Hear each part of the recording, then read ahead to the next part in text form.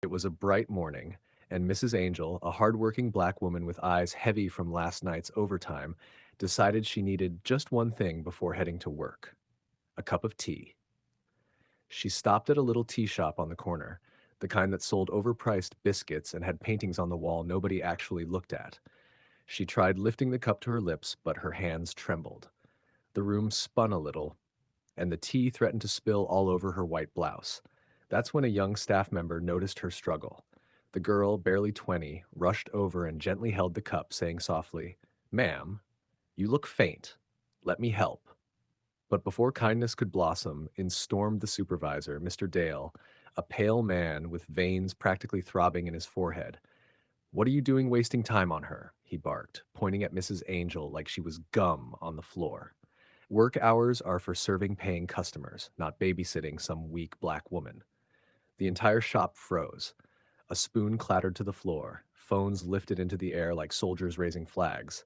One man whispered, "Did he just say that out loud?"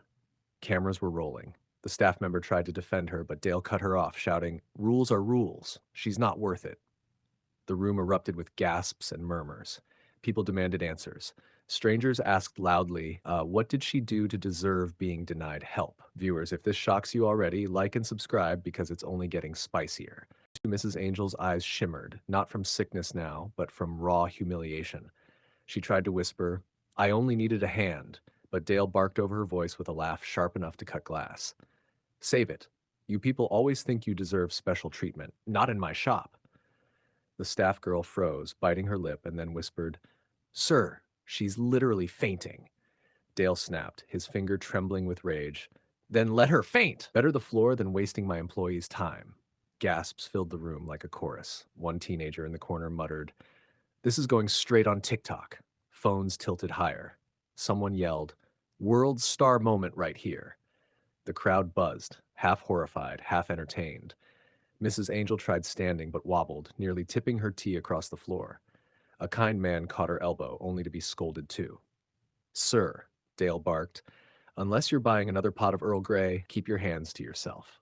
The shop fell silent. Then, like a slap to the face, an elderly woman shouted from the back, "Shut up, you bootleg Gordon Ramsay. You can't even boil water without burning it." Laughter burst through the silence, rolling like thunder. Dale's jaw dropped, and for the first time, he looked rattled. The staff girl smirked and muttered loud enough for the cameras, "Guess racism doesn't sell scones." The crowd erupted again. Mrs. Angel, still trembling, glanced at the cameras. This humiliation wasn't hers anymore. It was his.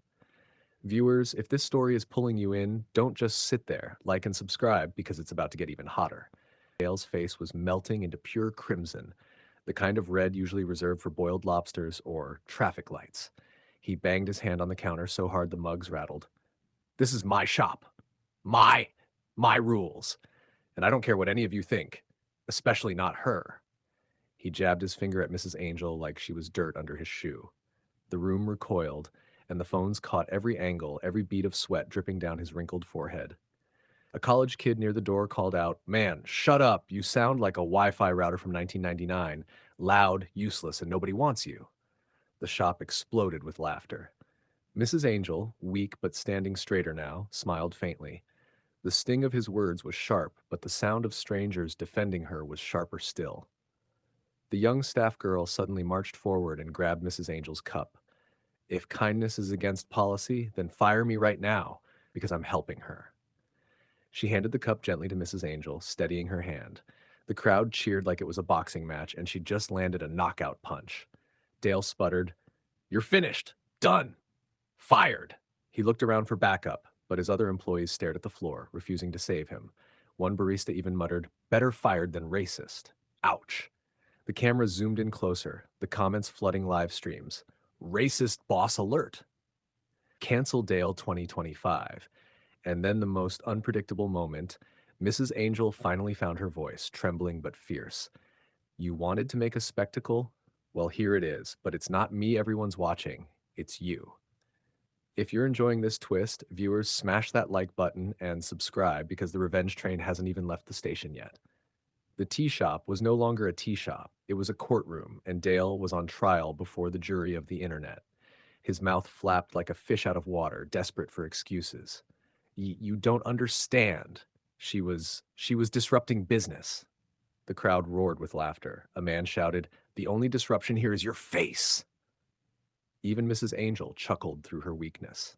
The staff girl took out her phone and live streamed him directly, captioning it, "Meet Dale, professional racist and part-time clown."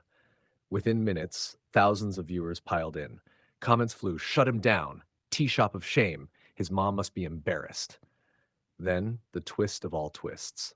A sleek black car pulled up outside, doors opening with quiet authority. Out stepped Mrs. Angel's husband, sharp suit, calm stride. Unknown to Dale, this wasn't just a husband. This was the new majority shareholder of the very company that owned Dale's franchise. Cameras swung to catch his entrance. The staff gasped.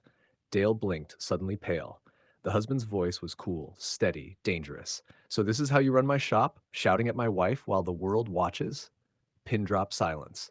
Dale stammered, "The wife? Your wife?" The man nodded. "Effective immediately, you're done. Pack up your apron. Security will escort you out." The crowd erupted, phones capturing the meltdown as Dale's knees buckled. He pleaded, begged, even tried fake tears, but the staff girl laughed. "Sir, cry louder. TikTok can't hear you." Mrs. Angel finally sipped her tea, calm and steady now. The same cup she nearly dropped became her victory toast. She looked straight at a recording phone and whispered, "Justice served hotter than tea." Viewers, if you loved watching this downfall, hit that like button, subscribe, and remember, racism always gets burned in the end.